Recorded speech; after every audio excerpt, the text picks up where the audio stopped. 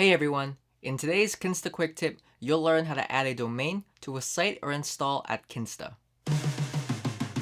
First, go to your My Kinsta dashboard, go to the site you want to add a domain to, and click on Domains. Under the domain list, click the Add Domain button. Now, you can add your domain names. If you're adding a new root domain, we recommend selecting the Add Domains with and without www option.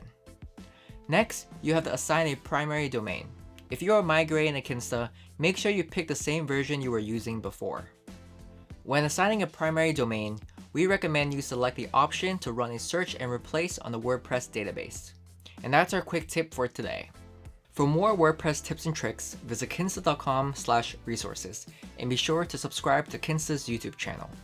If you have any questions, our support team is available 24/7 to help you out.